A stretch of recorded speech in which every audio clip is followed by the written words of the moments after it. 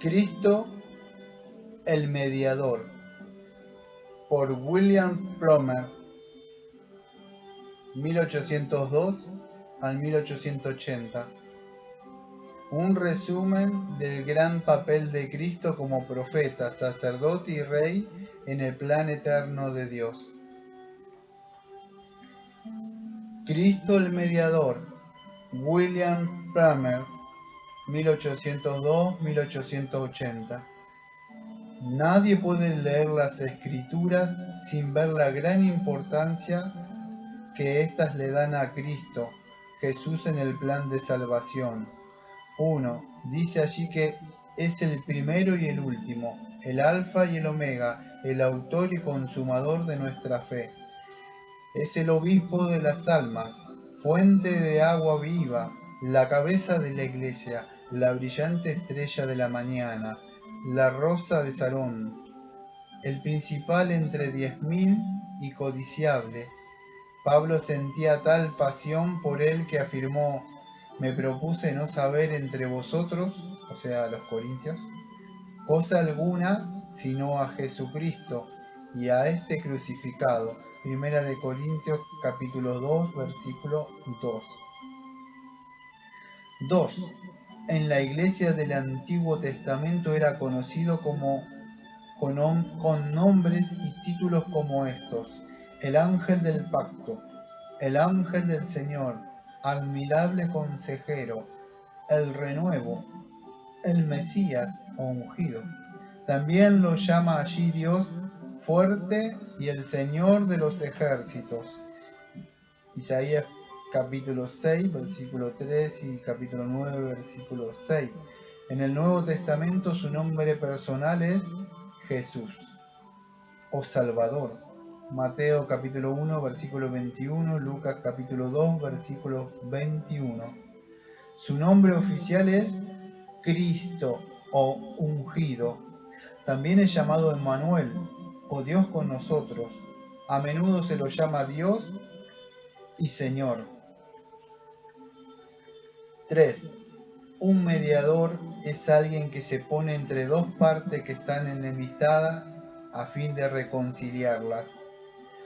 Cuando no están enemistadas no puede haber mediación. Y el mediador no lo es de uno solo, pero Dios es uno. Gálatas capítulo 3, versículo 20. Si no hay partes, no puede haber un mediador. Un mediador difiere de un defensor, porque este último cuida los intereses de una de las partes, mientras que el primero considera ambas. Cristo es llamado el mediador del nuevo pacto, el mediador de un pacto mejor y el mediador del Nuevo Testamento. Hebreos capítulo 8, versículo 6, capítulo 9, versículo 15 y capítulo 12, versículo 24. En el Antiguo Testamento es un mediador que se le llama árbitro, como dice Job capítulo 9, versículo 33. 4. Es correcto y apropiado y quizás necesario que un mediador sea un igual en ambas partes. Jesucristo llena estos requisitos para hacer su obra. Puede poner su mano sobre Dios al igual que sobre pecadores. Conoce la voluntad de Dios y los derechos de Dios. Conoce los pecados del hombre y las necesidades del hombre. No traicionará a ninguna de las partes. Ser igual a Dios no fue cosa a la cual aferrarse. Filipenses 2, versículo 6. 5. Los conflictos y controversias son de tres clases: los que surgen meramente por errores, los que resultan por faltas de ambas partes, los que resultan por faltas de solo una parte. La controversia del hombre con Dios es de esta última clase. Solo el hombre tiene culpa, solo el hombre ha cometido faltas, Los caminos del Señor son rectos, los caminos del hombre no son rectos. Ezequiel 18:25, versículos también 29, y Ezequiel 33, versículos 17 y 20. 6. Jesucristo es el único mediador del nuevo pacto. Así lo dice Pablo, porque hay un solo Dios y un solo mediador entre Dios y los hombres, Jesucristo, hombre, por lo cual se dio a sí mismo en rescate por todos, de lo cual se dio testimonio a su debido tiempo, dice 1 Timoteo capítulo 2, versículos 5 y 6.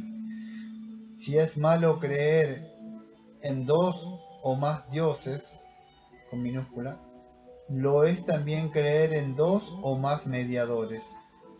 Moisés es llamado mediador una vez, en Gálatas 3, versículo 19. Los antecedentes del evento al cual se refiere son sencillamente estos. Moisés era un mensajero encargado de comunicar a Israel la voluntad de Dios y comunicar a Dios los anhelos del pueblo de Dios. El pasaje se refiere a la ocasión cuando éste dio la ley. Cuando la manifestó de la majestad divina, fue tan terrible que Israel le pidió a Moisés: habla tú con nosotros, y nosotros oiremos, pero no hable Dios con nosotros, para que no muramos. Dice Éxodo capítulo 20, versículo 19.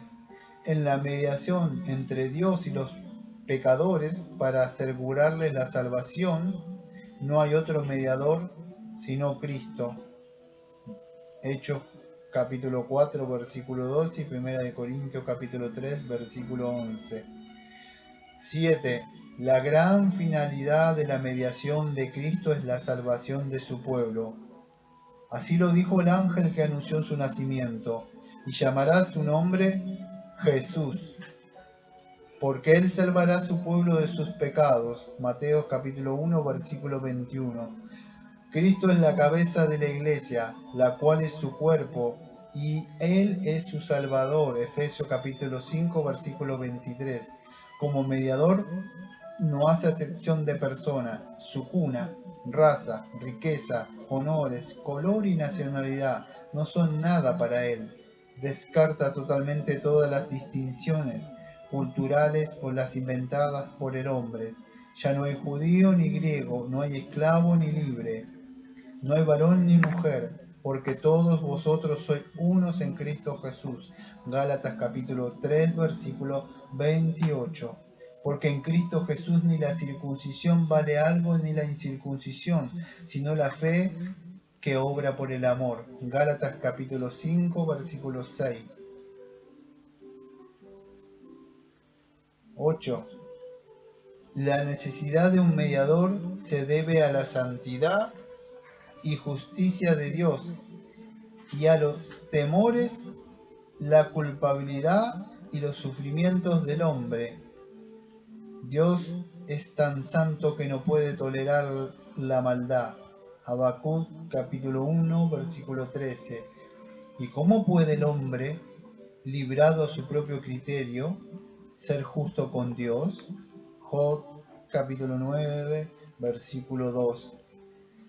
No hay dos cosas más opuestas entre sí que la vileza del hombre y la pureza de Dios. 9. Jesucristo fue escogido por su Padre para ser el mediador. Isaías capítulo 42, versículo 1. Primera de Pedro capítulo 2, versículo 4. Dios no eligió a ningún otro para la misma obra. No se otorgó el mismo su oficio. Su padre declaró repetidamente que sentía complacencia en Cristo y con su actuar, haberlo levantado entre los muertos y exaltado a su diestra, es la prueba más fehaciente de que se complacía en él. Dios honró grandemente a Moisés cuando lo enterró en un lugar secreto, pero nunca lo sentó a su diestra. 10. Es grandioso vivir bajo la mediación de Cristo. Por medio de Él, contamos con maravillosos descubrimientos del carácter y la gloria de Dios. Por medio de Él son enviadas influencias celestiales para atraernos a Dios. Jamás se han hecho ofrecimientos más gloriosos a las criaturas que los ofrecimientos de vida y salvación. A los que aceptan la mediación de Jesucristo les son dadas las bendiciones más ricas que existen.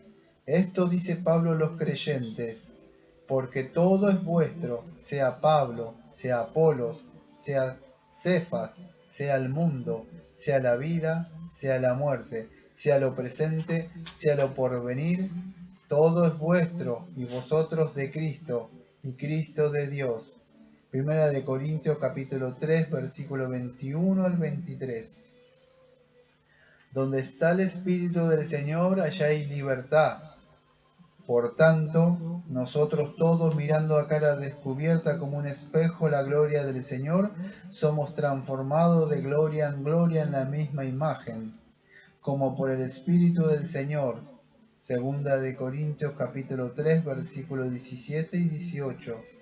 Porque sabemos que si nuestra morada terrestre, este tabernáculo, se deshiciere, tenemos de Dios un edificio, una casa no hecha de mano, eterna en los cielos. Segunda de Corintios capítulo 5, versículo 1. Y yo os recibiré y seré para vosotros por Padre, y vosotros me seréis hijos e hijas, dice el Señor Todopoderoso. Segunda de Corintios capítulo 6, versículos 17 y 18.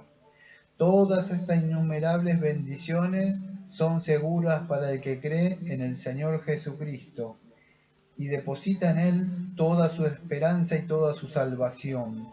La eternidad misma no se agotará las riquezas indescriptibles que se han asegurado Cristo para los creyentes. 11. Es cosa seria vivir en obediencia al Evangelio. Nadie puede despreciar la mediación de Jesucristo sin incurrir en la peor de las culpas y exponerse a los más graves peligros. Porque si la palabra dicha por medio de los ángeles fue firme, y toda transgresión y desobediencia recibió justa retribución, ¿cómo escaparemos nosotros si descuidamos una salvación tan grande, la cual, habiendo sido anunciada primeramente por el Señor, nos fue confirmada por los que oyeron y testificaron? Testificando Dios juntamente con ellos, con señales y prodigios y diversos milagros, y repartimientos del Espíritu Santo, según su voluntad. Hebreos capítulo 2, versículos 2 al 4.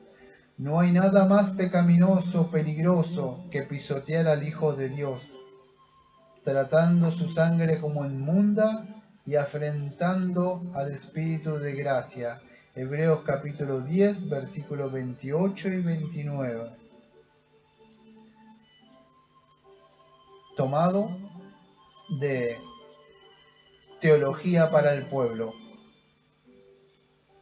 de William Plumer. Vivió en el año 1802 al año 1880, pastor presbiteriano norteamericano, predicador del Evangelio y autor de numerosos libros,